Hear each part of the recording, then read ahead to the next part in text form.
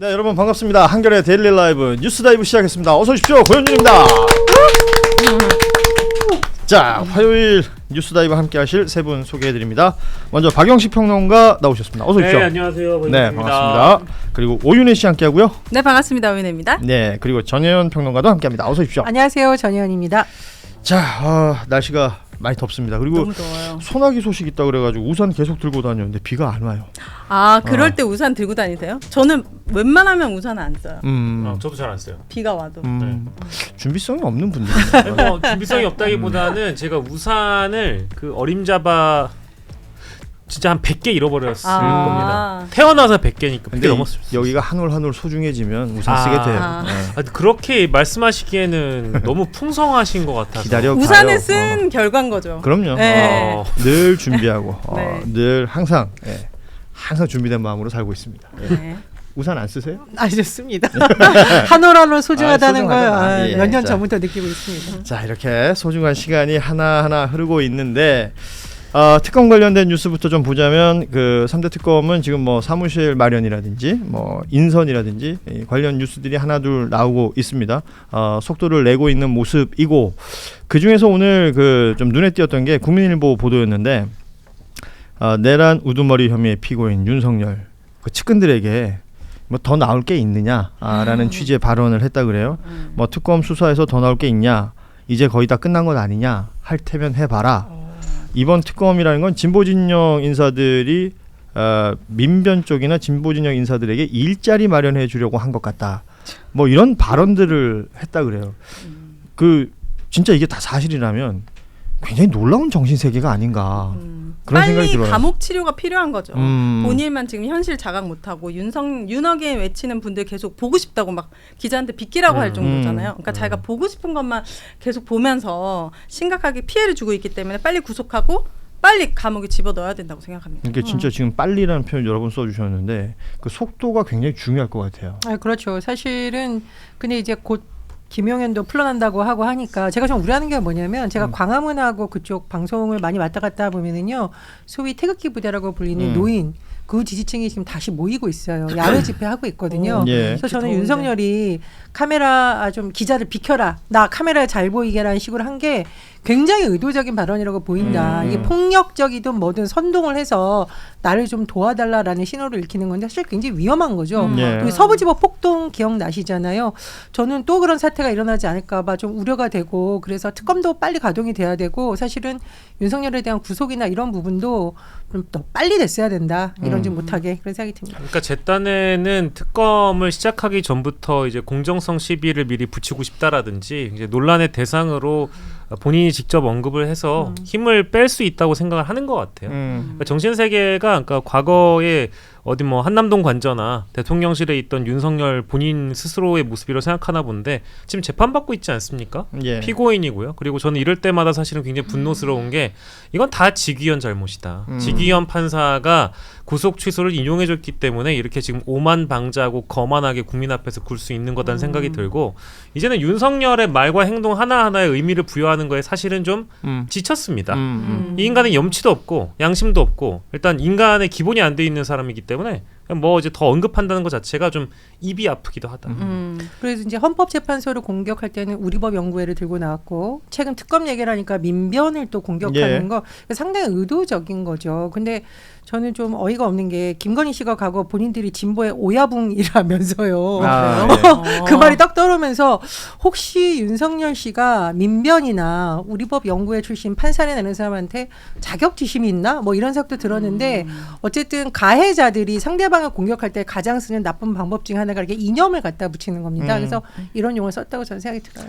사실 뭐 그 당사자들은 그렇게 말하고 그렇게 행동하고 보여주는 모습이 지금 매일매일 보도를 통해서 알려지기 때문에 여러분들이 걱정을 하시는데 지금 구성되어 있는 특검들은 속도를 내면서 하나하나 진행을 해 나가고 있는 것 같습니다. 특히나 그 최혜병 특검 관련해서 이명현 특검은 그 박정훈 대령 사건 자체가 소위 말하는 그 윤석열 경로설에 의해서 실체적 진실이 바뀌어버린 억울한 사건이다. 이렇게 보고 있고 경로설에 대해서만 보는 것은 아니고 전체적으로 다 볼 것이다. 이런 얘기를 한 바가 있습니다. 이 관련해서 뭐 김건희 씨 소환 얘기는 대면 조사 이루어질 것이다. 이렇게 얘기하기도 했습니다.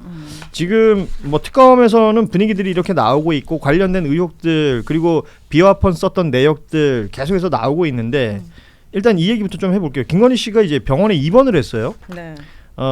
어제까지는 뭐 지병으로 인한 입원 그리고 위독하진 않다 이 정도 보도가 나왔는데 오늘 조선일보 보도 보니까 극심한 우울증이 있었고 의사가 권유를 해서 입원을 했다. 지금 서울 아산병원에 입원을 했는데 네. 글쎄 저는 약간 좀 의심스럽게 보였던 부분이 있습니다. 이게 병명이나 이런 것들은 굉장히 예민한 개인정보이기 때문에 어떤 형태로든 노출을 잘 안 시키거든요.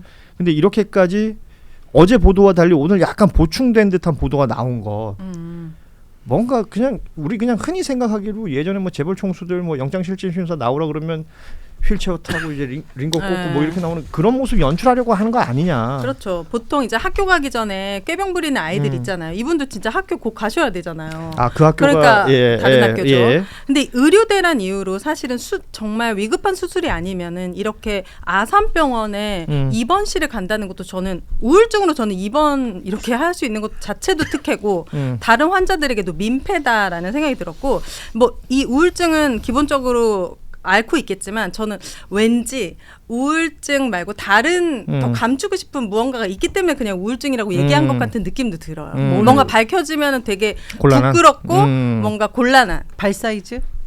신데렐라? 발 사이즈를 그건 병원에서 아니겠죠. 재니까 그걸 발 사이즈를 병원에서 재면 정확하긴 하겠네. 아 그리고 여자 발 사이즈가요 230에서 245 거기 왔다 갔다 해요. 뭐 그렇게 경우의 수가 많지도 않아요. 근데 무슨 신데렐라 수사입니까? 아니 뭐 그 얘기는 잠시 후에 하겠습니다만 이 남부지검발이 대부분 김건희 씨 관련 그리고 건진 관련된 뉴스들이 거의 대부분입니다. 네. 그 부분에 대한 문제 제기를 좀 할 필요가 있다라는 생각이 저는 드는데 잠시 뒤에 그 얘기도 좀 해보도록 하고요. 아니 근데 이제 아무튼 우울증으로 이제 제가 알기로는 지난주 금요일에 외래를 봤어요.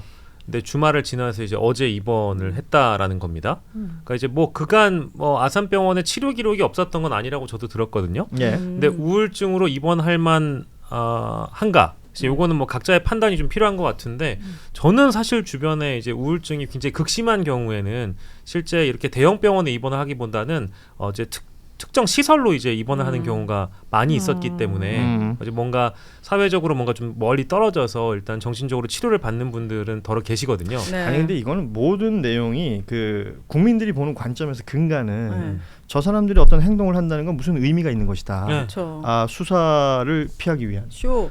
특검을 좀 더 늦추기 위한 등등의 것을 의심하고 있지 않습니까? 네. 지금 말씀하신 것처럼 병원 입원 과정에서 소위 말하는 어떤 특혜성 무언가가 있다면 이런 것들도 시민들이 감시하고 있다. 그럼요. 본인들이 원하는 대로만 굴러가지는 않을 것이다라는 시그널은 확실히 있는 것이기 때문에 뭐 사람이 아프면 치료 받아야죠. 당연하죠. 예, 치료 받아야 되는 건 맞습니다만 치료 받고 수사도 제대로 받아야죠. 그러니까 아프지 않았을 때도 소환 조사에 불응을 했던 것 아닙니까? 그러니까 결국은 체포해야 된다는 여론이 높아지니까 아파요라는 피해자 코스프레 하는 거 아니냐라는 이제 의심이 제기되는 거죠. 이제 물론 아프면 치료를 받아야 됩니다만 사실은 여러 가지 수사에 대해서 제대로 소환 조사에 응하지 않았기 때문에 그런 의심이 드는 거고요. 저는 정말 어이없었던 게 국민의힘에서 김건희 뭐 우울증이라던가 아프다 얘기가 나오니까 한때는 국모였다. 얼마나 스트레스를 받겠나라고 모 의원이 말했다는 지금 언론 보도가 나오고 조선시대 살았대요? 그렇습니다. 이게 가해자가 누구고 피해자가 누굽니까? 최대 피해자 국민들 아니에요? 네. 제 주변에도 계엄 얘기만 나면 잠 못 자고 사실 우울증약 먹는 분들이 있어요. 근데 최대 가해자들이 수사 피하기 위해서 피해자 코스프레 하는 거 아니냐라는 생각이 들고 국민의힘에서는 지금 이거 말할 때입니까? 국모 얼마나 스트레스를 받겠냐 하고 동조하는 듯한 뭔가 동정론을 이렇게 자극하는 듯한 여론을 하는 거 보면서 뭐. 국민의힘도 좀 치료가 필요하다. 근데 이게 그 지난 한 몇 개월 전부터 따져 보면은 한남동 관저에 사실상 이제 본인들 스스로 갇혀 있었을 때 김건희의 건강 이상설 이제 비스무리하게 그런 보도가 일부 매체들을 통해서 나왔었어요. 그러니까 뭐 들어가서 보고 온 사람들은 뭐 얼굴이 반쪽이 됐다, 살이 뭐 뭐 몸무게가 형편이 예, 몸무게가 안 어쨌다 뭐 되는 이런 거. 예. 보도까지 나왔었거든요. 이제 그게 이제 저는 한편으로 좀 이런 사태를 미리 대비한 일종의 빌드업 아니라는 생각까지 좀 들고요. 저는 이제 뭐 특검이 앞서 이제 우리 고현준 MC께서 설명해 주신 대로 의지를 보여주고 있잖아요. 최혜병 특검이든 김건희 특검이든 간에 어쨌든 대면 조사를 받게 될 거라는 그런 언급이 나왔기 때문에 저는 수사는 기세라고 생각을 하고 있습니다. 예, 특히 예. 이제 이런 시기에는 경찰이나 검찰이나 실기에도 너무 실기한 수사를 했기 때문에 지금껏 김용현 같은 인간이 심지어 만기 보석으로 나오게 될 가능성이 높아지고 있는 상황 아니겠어요? 이제 이런 상황들을 본다면 저는 윤석열 정부의 수사기관들이 늦어도 한참 늦게 수사를 했기 때문에 이제 특검이 발족되는 단계고 정식으로 이제 출범이 되면 저는 뭐 그 즉시 속도를 내서 우울증이 있는 환자가 있다고 해가지고 대면 조사를 못하거나 소환 조사를 못했던 국가는 이 나라가 아닙니다. 그렇지 않나요? 한동훈 전 법무부 장관 시절에 맞아요. 예. 뭐 교정 시설에 가면 암 환자도 많습니다라는 그렇죠. 예, 발언한 적이 있었어요. 네. 예, 정경심 교수 관련해서 이야기 나올 때 했던 얘기인데 이게 그 본인들의 행동이나 발언들이 고스란히 지금 돌아가고 있다라는 부분도 맞아요. 분명히 좀 짚을 필요가 있는데 또 하나 이제 많은 분들이 걱정하고 있는 내용 중에 하나가 이제 김용현 전 국방장관이 아시는 것처럼 법원에서는 보석 허가를 했는데 본인은 이제 받아들이지 않고 불복하면서 네. 구속기한 만료를 기다리고 있다. 그러니까 26일이면 아무 조건 없이 자유롭게 나올 수 있다라고 스스로 생각하고 있는 것으로 보입니다. 법원의 보석을 본인이 거부하면 강제할 수는 없다는 거예요. 그렇기 때문에 이대로라면 26일이면 석방이 될 수밖에 없는 상황. 저 이거 쇼하고 있다고 봅니다. 조이대, 그다음에 지기현, 심우정. 기본적으로 검찰이 미리 기소를 안 해가지고 뭐 그렇죠. 보석을 한 해 만에 이런 얘기가 나오는 거잖아요. 그러니까 추가 기소 심우정한테 얘기죠. 가장 예. 큰 원인이 있고 왜 심우정이 이렇게 안 했을까? 믿는 구석이 있었겠죠. 이렇게 하면은 이 세 명이서 조이대, 지기현, 심우정 이 셋이서 진짜 대한민국을 약간 갖고 노는 것 같은 그런 느낌이 들어서 굉장히 이 불쾌합니다. 쇼의 이름을 이제 김용현 쇼라고 일단 붙이면 네. 내란이 있고 나서 스스로 새벽에 지발로 검찰에 찾아간 게 일단 김용현. 그렇죠. 네, 이죠. 그리고 검찰의 과거 이제 내란 수사를 어떤 방식으로 대했는지를 보면 이제 뭐 비화폰 서버 압수수색을 방해한다든지 이제 이런 류의 움직임을 보였었고요. 아까 이제 지귀현 얘기를 해주셨기 때문에 아니 이 내란 재판도 지금 형사합의 25부 지귀현 판사가 지금 맡고 있는 거잖아요. 네. 근데 여기서도 보면 공판 기일 자체가 너무 느려요. 제가 판단하기엔 더 빨리 진행할 수 있는데 예. 느릿느릿 진행하면서 결과적으로는 1심 선고가 이 사람들 심지어 만기 보석까지 가능하게 만들어주는 건 아닌가라고 한다면 이건 이제 한편의 이제 쇼가 되는 거죠. 예. 근데 이게 1심 구속기간이 6개월이라는 건 이게 우리가 달력에다 적어놓으면 금방 상상이 될 수 있는. 그러니까 제가 그 우리 평론가님 말씀에 박영식 앵커님 말씀에 굉장히 동의하는 게 뭐냐면은 이게 6개월 안에 심리를 맞추는 게 정말 이렇게 어려운 사안이었었느냐 아니라는 거죠. 그리고 국민들이 보기에도 충분히 속도를 낼 수 있었고 내야만 하는 사건인데 과연 재판부가 그렇게 됐느냐 이 부분은 상당히 의심스럽다. 그래서 뭐 삼각편대란 말이 뭐 오늘 많이 쓰고 있는데 우리 오윤혜 평론가님 말씀하신 것처럼 이 법조계와 검찰과 그리고 고위 권력 간의 이 삼각 게이트가 정말 드러난 이 시점이 바로 저는 이번 사건이라고 봅니다. 그 박근혜 전 대통령 당시 특검이 비슷한 상황을 어떻게 돌파했느냐. 박근혜 전 대통령은 4년 동안 구속된 상태에서 재판받았습니다. 추가 기소를 계속 하면 되는 거잖아요. 그렇죠. 이제 뭐 지금 뉴스 계속 보시는 분들은 아시겠지만 이 검찰이 아무것도 안 한 거예요. 그러니까요. 안 했죠. 지기현 재판부가 지금 공판 일정 천천히 간다. 필요 이상으로 천천히 간다. 그리고 비공개이기 때문에 그 안에서 무슨 일이 벌어지는지도 모르죠. 제대로 알려지고 있지 않다. 검찰도 추가 기소 전혀 안 하고 있다. 그러니까 윤석열 풀어줄 때부터 즉시 항고 안 했던 검찰이었고 지금 저는 이 일련의 과정들을 다 종합적으로 보면 대한민국 이래도 되나? 안 되죠. 그냥 어떤 자범도 아니고요. 내란 혐의를 받고 있는 그쵸. 사람들입니다. 내란 종사자이자 내란 수괴와 가장 가까운 사람들이죠. 대한민국 형법에서 가장 무거운 형을 지금 줄 수밖에 없는 그런 혐의를 받는 사람들이 너무 아무렇지도 않게 그냥 나온다는 거예요. 그래서 저는 마지막으로 좀 기대하는 게 특검이 출범됐고 임명이 됐잖아요. 그래서 내란 특검 관련된 그 특검보가 이분들을 좀 추가 기소할 수 있게끔 요청을 한다거나 뭔가 움직이는 느낌을 보여주면 그나마 좀 희망이 있을 것 같은데 이분들이 또 고검의 사무실을 차린다고 하셔서 혹시 검찰이 막 새벽 3, 4시에 밑에 층만 내려가서 사무실 열어가지고 가면 막 수사 자료도 다 볼 수 있잖아요. 막 이런 것까지 상상이 되니까 불안해지죠. 과연 제대로 할 수 있을까? 또 이런 의건도 되면서 걱정도 됩니다. 그러니까 국민들이 왜 이런 생각을 하고 살아야 되나? 그러니까요. 무슨 특검까지.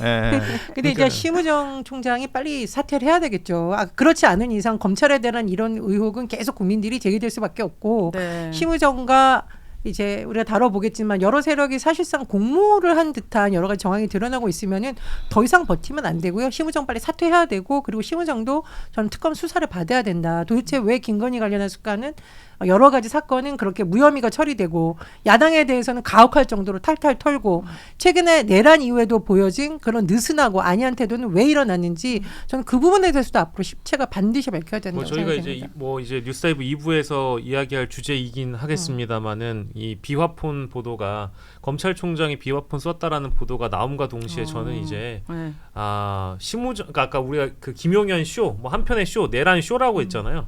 시작부터 끝까지 이 뭐랄까 전담 마크 해가지고 전담 처리반들이 있었던 것 같고 네. 특히 심우정 같은 경우에는 뒤처리반인 것 같아요. 지금 박성재도 없고 하다 보니까 진짜 검찰 쪽에서 추가 기소를 하지 않아서 지금 이 내란 종사자들이 다 줄줄이 네.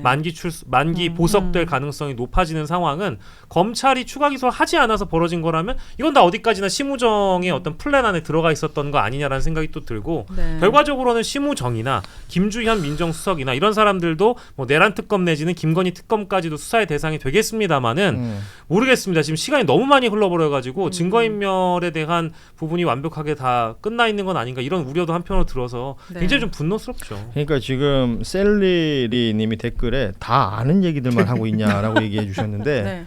이게 이제 온 국민이 이런 걸 왜 알아야 되냐라는 거죠. 그래서 저는 지금 그 언론에서도 주목하고 있는 내용들과 뉴스가 하나 나오면 그쪽으로 확 쏠려가는 내용들이 있기 때문에 네. 그래서 남부지검발 건진과 이 김건희 사이에 뭐 샤넬백 가고 그게 소위 말하는 샤넬 깡, 샤넬 백가리 뭐 이런 거 통해서 가방 3개와 신발 하나로 바뀌었고 그 신발 봤더니 뭐 그 행정관이랑 발 사이즈가 안 맞나 봐요. 네. 그래서 뭐 발 사이즈 얘기하면서 계속 뉴스에 이게 나온단 말이에요. 근데 솔직히 저는 국민으로서 그건 별로 안 궁금해요. 너무 짜쳐요. 샤넬 정도는. 그래서 지금 제가 얘기하고 싶은 건 언론들도 네. 김건희 특검의 혐의가 16개입니다. 16개요. 이 16개 중에 지금 제가 한번 볼까요? 가장 먼저 있는 게 도이치모터스 주가 조작. 3부 토건 네. 그리고 코바나 컨텐츠 뭐 관련 뇌물 고가 명품 가방 다이아몬드 수수 관련된 얘기 대통령 집무실 관저 이전할 때 부당 국가 계약했던 거 명태균 관련된 얘기 순지 해병 사건 관련해서 마약 관련된 이야기 그리고 양평 고속도로에 있었고요. 그렇네. 그리고 민간인 국정 개입 그리고 창원 산당 관련된 이야기 그리고 공천 개입했던 이야기 뭐 어디 한두 가지가 아닙니다. 그리고 대통령 혹은 그 주변에 있는 사람 지위 이용해가지고 사적 이익을 추구했다는 내용, 뭐 대선 과정에서 허위사실 공표했다는 공직선거법 관련된 내용, 뭐 이런 것들이 어디 한두 가지여야죠. 그렇죠. 근데 이런 내용들은 다 어디로 갑자기 무슨 신발 샤넬. 그러니까 제껴버린 것 같은 거예요 지금. 그럼요. 주가 조작, 마약, 공천 개입, 양평 이런 굵직굵직한 것들이 나와야죠. 그러니까 이제 특검이 정상적으로 수사가 시작되고 나면 하나하나 뭐 살피고 그 조직을 나누어서 같이 살피겠습니다만 지금 어딘가로 뭔가 쏠려가는 듯한 느낌이 분명히 들어요. 그 이제 중간에 우리가 그 김앤장 개입설 뭐 이제 맞아요. 이런 의혹도 하나 있었고 뭐 지규현 판사의 룸살롱 맞아요. 의혹 사건 이런 것도 다 이제 수면 아래로 내려가 버렸잖아요. 신나게 이제 다루다가 사라져 버렸단 말이에요. 다시 올려주세요. 다시 올릴까요? 그걸 올려야죠. 지기현이 왜 계속 판사 할 자격이 없잖아요. 그러니까. 그러니까 이런 부분들이에요. 이런 부분들에 대해서 뭐 수많은 채널에서 떠들고 있고 수많은 데서 얘기하고 있는데 너무 아무런 변화가 없는 거죠. 맞아. 양평 고속도로 의혹의 국비가 최소 1조 7천억 원이라고 합니다. 네. 그러니까 말씀해 주셨듯이 뭐 샤넬백 다이아 목걸이 재밌죠. 그런데 왜 줬냐고요. 도대체 왜? 엄청난 이권 사업과 연관된 뭐가 있었고 그거는 국민의 다 혈세라는 거잖아요.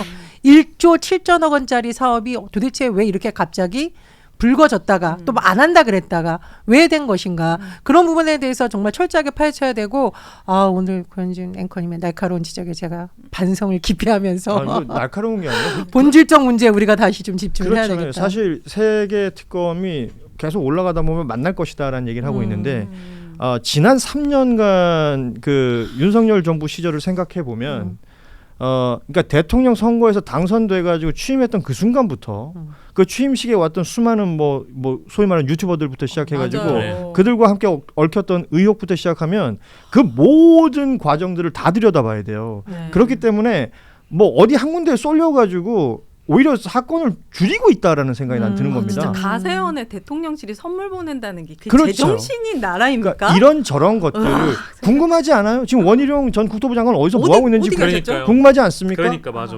저 언론에 계신 분들이 그러니까요. 취재가 가능하신 분들은 그런 부분들도 좀 함께 취재해 주셨으면 좋겠습니다. 네. 한겨레가 앞장서 주시죠. 검찰에서 흘러나오는 이야기만 가지고 네. 검찰에서만 흘러나오는 이야기만 가지고 기사 쓰고 국민들이 그것만 보게 만드는 건 그것도 하나의 문제가 되지 않느냐. 네, 저는 뭐 그런 생각이 들어요. 2부에서 다루시겠지만 한겨레에서 비아폰을 둘러싼 삼각 커넥션, 심우정, 김주현, 김건희 관련 의혹을 보도한 건 저는 굉장히 의미를 높게 평가를 합니다. 그러니까 한겨레 우리가- 칭찬 타임인가요? 그렇습니다. 네.